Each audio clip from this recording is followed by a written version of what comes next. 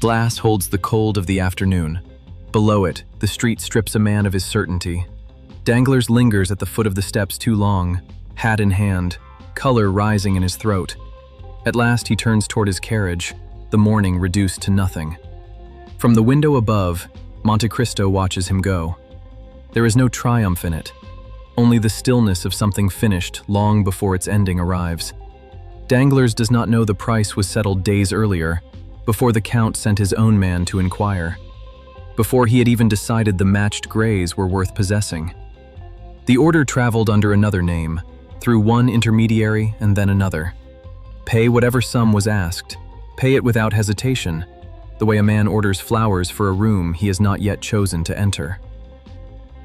By the time Danglars thinks to raise his offer, the horses already belong to someone he has never met, and never will, not by that name. Monte Cristo lets the curtain fall. There is no need to smile. Foresight requires no audience, only the slow, private satisfaction of watching a man discover, door by door, how small his world has become. Ledgers stand between Danglars and the world. Today, they offer no shelter. He has asked the same question 3 times, in 3 different forms, and each answer leaves him less satisfied than the last. Who stands behind this man? What estate? What regiment? What creditor in Paris can swear to knowing him? Figures on paper can be verified. A stranger with none of them cannot. His fingers settle on the edge of the desk and remain there. Monte Cristo does not lean forward. He answers before the question has fully left Danglars' mouth. The reply seems prepared, authorized, waiting for its moment. My credit is not a figure you total, Baron. It rests with the house of Thompson and French in Rome, and with their correspondents in Vienna and in London. The first names in either city should you care to write and ask them yourself. Danglars does not write. He calculates instead, the only language he trusts. The result unsettles him more than any threat. A man who offers proof this freely has rarely been forced to defend it. The pen in his hand stops pretending to work. He hears himself agreeing to terms he intended to challenge. He hears himself offer, without prompting, an introduction to his wife. The Baroness will be pleased to receive the Count whenever he chooses to call. Only after the door closes behind his guest does Danglars understand what he exchanged for the comfort of being reassured. The Greys arrive before the Count does. Through the window, the Baroness watches them stamp and toss their heads, their coats catching the afternoon light. The same matched pair that bolted with her carriage 3 weeks earlier. The same white blaze on the near horse's foot.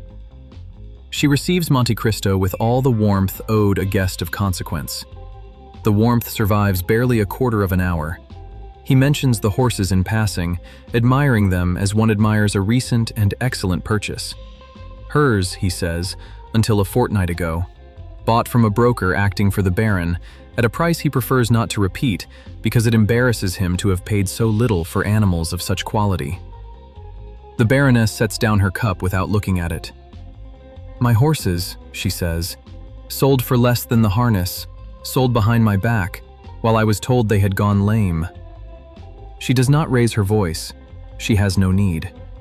Every word lands closer to her husband than to their guest, and Danglars, standing only a few steps away, discovers that no ledger contains an entry for this kind of debt. He reaches for an explanation and finds only the sum he accepted, and how little of it can be spoken aloud. A crack of the whip lands badly, and the Greys surge down the avenue with the carriage swinging behind them like a stone on a string. Inside, a child's cry breaks into a scream, then vanishes beneath the next violent jolt. The coachman is already gone. Thrown clear at the corner, his hat rolls into the gutter while the horses gather speed beyond it. Shutters fly open along the street. A woman points. No one steps forward. The wheels strike the cobbles unevenly now, the axle shrieking a note no one wishes to hear twice. Foam streaks the near horse's jaw. Onlookers scatter. The carriage door swings loose on its hinge, and for an instant a child's small hand appears in the gap before the door slams shut again. Then, ahead, a man steps from the crowd into the horse's path, not merely into the street, into their line. He does not raise his arms. He does not shout. He stands where he is, the way a wall stands, and waits for the instant when the lead horse must choose between him and itself. The crowd's voice returns first, a gasp, a name shouted twice. No one yet says whether the child inside is alive and moving. The carriage door is torn open before the wheels finish shuddering. The boy lies motionless against the overturned seat, his collar dark with blood no one yet dares examine. A woman's voice repeats the same name again and again, until it scarcely sounds like a name at all. The man who stopped the horses is already kneeling. He asks no permission. 2 fingers find the boy's throat. From his coat he draws a vial no larger than a thimble, filled with liquid the color of old wine. 3 drops. No more. The boy's chest remains still. Then it rises. A catch, a cough, a cry of pure outrage at being disturbed. The crowd's gasp breaks into laughter and sobbing in the same breath. Villefort forces his way through the onlookers and drops beside his son, all composure gone, his hands too unsteady to manage the boy's collar. "Sir," he says, looking up at the stranger for the first time, "name what you are owed. I will come to you tonight." The stranger merely inclines his head and returns the vial to his coat, as though the debt had been settled long ago, well before this evening began. Evening finds the hotel quiet. Candles are already burning when the carriage announces itself. Villefort climbs the steps alone, his collar still creased from the afternoon's panic. Inside, the Count rises but does not cross the room. He waits. Tonight, distance is a form of courtesy. The thanks arrive measured and precise. Each phrase is laid carefully in place, like stone upon stone.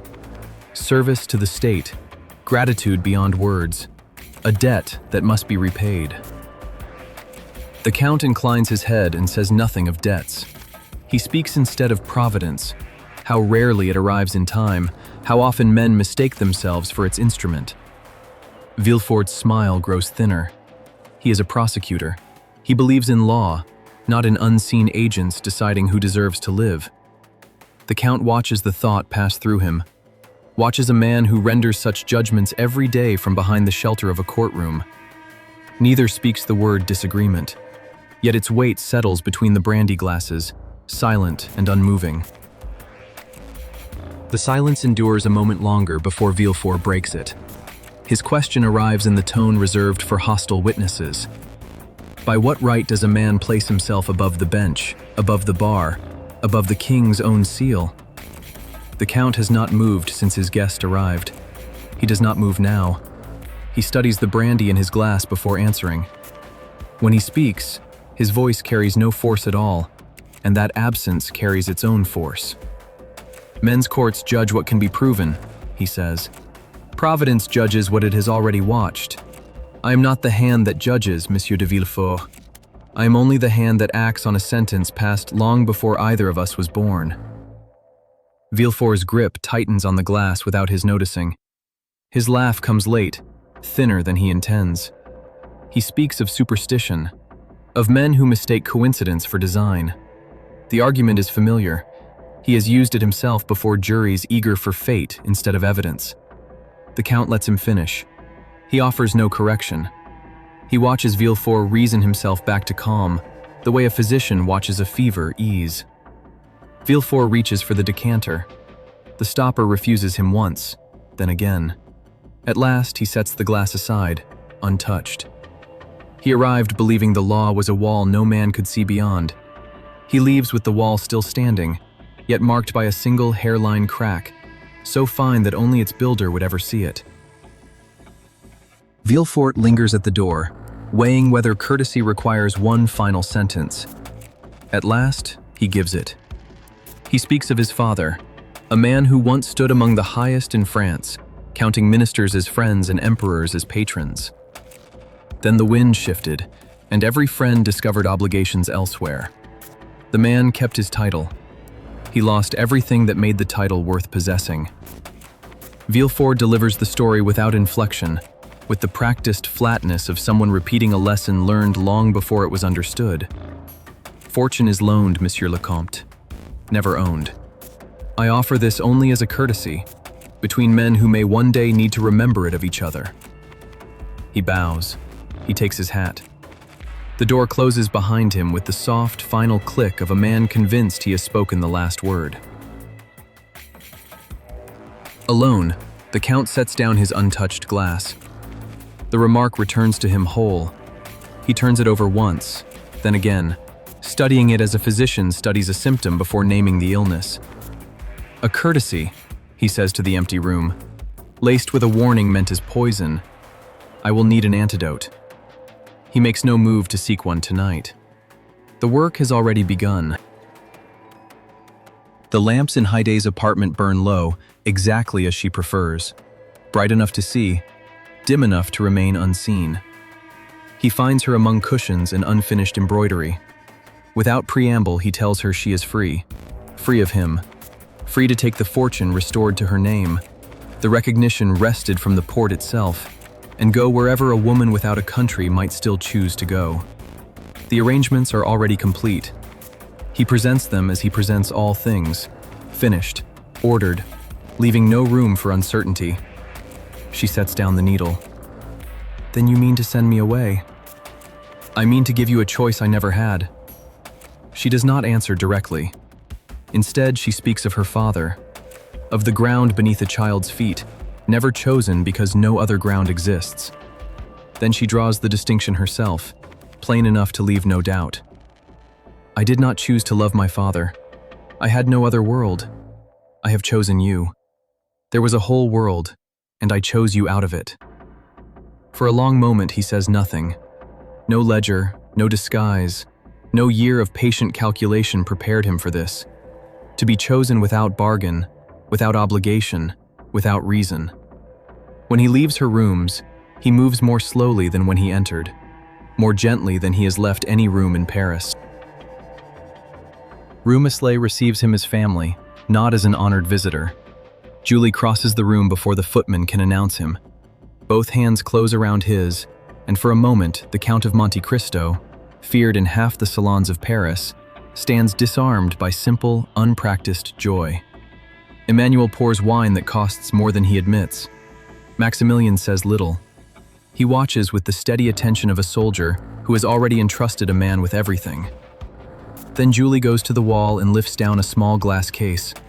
She sets it before him like a relic brought to an altar. Inside rests a faded silk purse, a folded letter of credit, and a single diamond gathering what light the room can spare. Her voice softens when she speaks the name. Sinbad the sailor, whoever he was. He came to my father with 200,000 francs more than my father needed, on the one morning my father needed anything at all. She does not ask whether the Count has heard of such a man.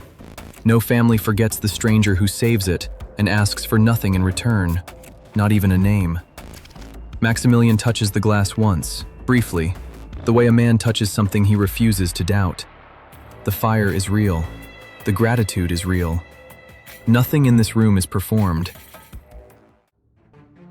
His hand remains on the glass. He has carried these words since his father's deathbed, kept them whole and unspoken, saving them for a stranger who, it seems, has been sitting in this room all along. His father died believing one thing without proof. The 200,000 francs and the diamond had come from a sailor he once knew. A name from the old harbor, from before the ruin, before the years of silence. Maximilian speaks it at last. Edmond Dantès.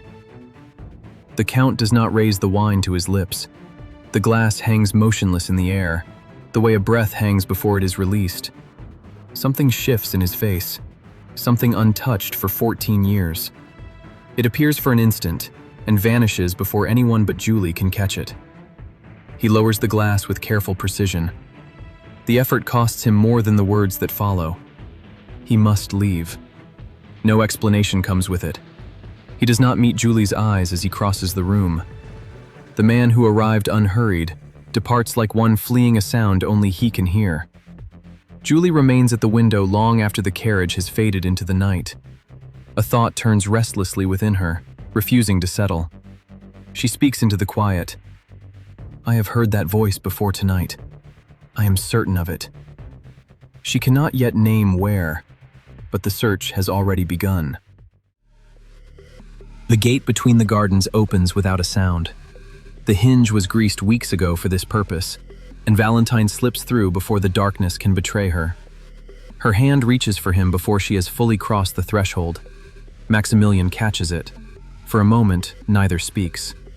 The orchard smells of cut grass and late jasmine, indifferent to the secret it shelters. "I have nothing to give you tonight but this," he says, "and a promise I have made every night since the first." "Then make it again." "I will wait. Whatever they decide for you, however long they make me wait." Instead of answering, she rests her forehead against his hand. For the span of that touch, there is no Villefort, no Franz d'Épinay, no agreement waiting to be signed in some distant room. There is only this garden. A servant calls Valentine's name from the house. The voice is calm and ordinary, unaware of what it has interrupted. She is already drawing away before she finishes speaking his name. The promise remains behind her, lingering in the dark after she is gone. The drawing room receives Valentine before the color has faded from her cheeks. Monte Cristo is already seated. The visit is already underway. Edward has claimed a lacquered box from the table and refuses to surrender it. Valentine settles near the window, grateful to attract no attention. Eloise pours tea and asks about Rome, about the road from Auteuil. Questions polished by habit, carrying no visible weight. Monte Cristo answers them easily. Then he lets the conversation drift. He speaks of a man he once met outside Perugia, a cloaked traveler beside a fire, willing to discuss for an hour the plants hidden at the back of an apothecary's shop, and the peculiar mercy of a poison administered little by little instead of all at once. A chemist, he says, or a poisoner. Italy rarely insists on the distinction. Eloise laughs. The laugh arrives a fraction too late. The remark about the divided dose settles inside her. Familiar. Disturbingly familiar. Like a scent remembered before the room attached to it. She refills a cup that does not need refilling. Then, with studied carelessness, she asks whether the traveler outside Perugia ever gave his name. The question sounds light enough. Only the stillness in her chest betrays the cost of asking it. He says the traveler never gave a name. Men who teach the divided dose seldom do. The breath Eloise has been rationing finally escapes her. The room drifts towards safer subjects. Edward's box, the wine, the weather beyond Auteuil. Later, in the narrow corridor outside the nursery, she finds her opportunity. A mother's question provides the excuse. She asks about the cordial that restored color to her son's face when 3 physicians had failed. The words sound casual. Her white knuckles on the doorframe tell a different story. Monte Cristo answers with the calm of a physician. He turns a small brown bottle in his fingers, letting the lamplight pass through the glass. 6 drops restore, 12 still heal. He tips the bottle and watches the liquid settle. Beyond that, the body keeps no record of which hand poured it, or why. His eyes remain on the bottle. He studies it with the quiet attention of a craftsman examining a perfect instrument. "The same cordial, madame, only the intention differs." She accepts it with both hands. The gesture is that of a mother receiving something meant to protect her child, no matter what other purpose it may serve. The bottle is small enough to disappear into a sleeve, light enough to reveal nothing of itself. That night she places it in the cabinet behind the lavender water, where her own hand will find it first. She does not throw it away. The note arrives with the Morning Post. It lies folded inside the household ledger between 2 ordinary accounts, one for candles, another for a tailor. Nothing about it calls attention to itself. Plain paper, no apothecary's seal, no signature pressed into the page. Eloise reads it standing in her dressing gown, the way one reads something meant to disappear from memory. The contents are simple. Ratios. Drops per measure. Measure per glass. The same arithmetic Monte Cristo traced the previous night, now written in a stranger's careful hand. She folds the paper along its existing creases. Then she slides it beneath the lavender water, beside the bottle already waiting there. The house remains unchanged. Edward calls from the nursery. She answers in the same voice she has always used. Yet the cabinet holds something new. No longer a temptation alone. Now an instruction. Whatever follows within these walls, the first movement has already been made. The opera spills more gossip than music tonight. Programs lie unread in gloved hands. Opera glasses sweep the boxes instead of the stage, searching for one face that has not yet appeared. Every tongue in Paris carries the same rumor, reshaped to fit the speaker. A fortune with no bank, a house with no history, a man who arrived from nowhere and already knows everyone. In the Morcerf box, Albert leans forward, scarcely aware of the curtain. He has brought evidence tonight, and he means to spend it. The racehorse that took the Jockey Club Cup. No owner's name on the entry, only initials. He taps the program against his knee. The silversmith found the same initials on a snuff box. I saw that box once before, in Rome, in the hand of a man who called himself Sinbad. Beauchamp's pen stops midway through a sentence. Around them, 3 private conversations bend toward one. Sinbad, Albert says again, slower now, gathering the loose threads. Lord Wilmore before that. And before Wilmore, an abbé who never gave his name in confession. The lights dim for the second act. Albert never turns toward the stage. He is close now, closer than he knows. The Count has not yet entered the house. The chandeliers do not dim for the entrance. They seem to gather around it. A box at the center of the house, dark all evening, fills in a single motion. The Count comes first, dressed in black so plain it makes every other costume in the room seem theatrical. Behind him, in white and gold, Haydée takes her seat without glancing at the 100 faces already turning toward her. Conversation does not stop. It loses its place. Fans close. Opera glasses rise and remain raised. Albert's hand settles flat against his program and does not move again. She is younger than the rumors allowed. Her veil is sheer enough to be no veil at all. Gold coins woven through her hair catch the gaslight whenever she turns her head, which is seldom, and only toward him. He leans close and says something too soft to carry beyond the velvet rail. She answers with the slightest inclination of her chin, the bearing of a woman raised to be observed and never questioned. 3 different rumors about him collapse in the span of a breath into one rumor about her. A fortune, a name without a history, and now this, a young woman dressed like the treasure of a distant court, seated where a wife should sit. Across the house, among the 100 faces still performing curiosity, one face has gone still in another way. Not watching, remembering. The overture begins again. No one follows it. The box across the house never invited a second glance. Haydée's eyes find it anyway, drawn by something she cannot yet name. Her gaze moves along the tiers without haste, past gaslight and color that no longer reach her, until it comes to rest on crimson and gold trim, on a face turned 3/4 toward the stage. She does not look away. She does not blink. Her fan remains open in her lap. Her shoulders keep the same practiced angle as before. Only the hand resting on the velvet rail betrays her, pressing down until the nap holds the pale imprint of her fingers. Recognition has finished its work before her face allows any trace of it to appear. What rises there is not surprise. It is certainty. Old, exact certainty. The expression of someone closing a ledger left open for 14 years.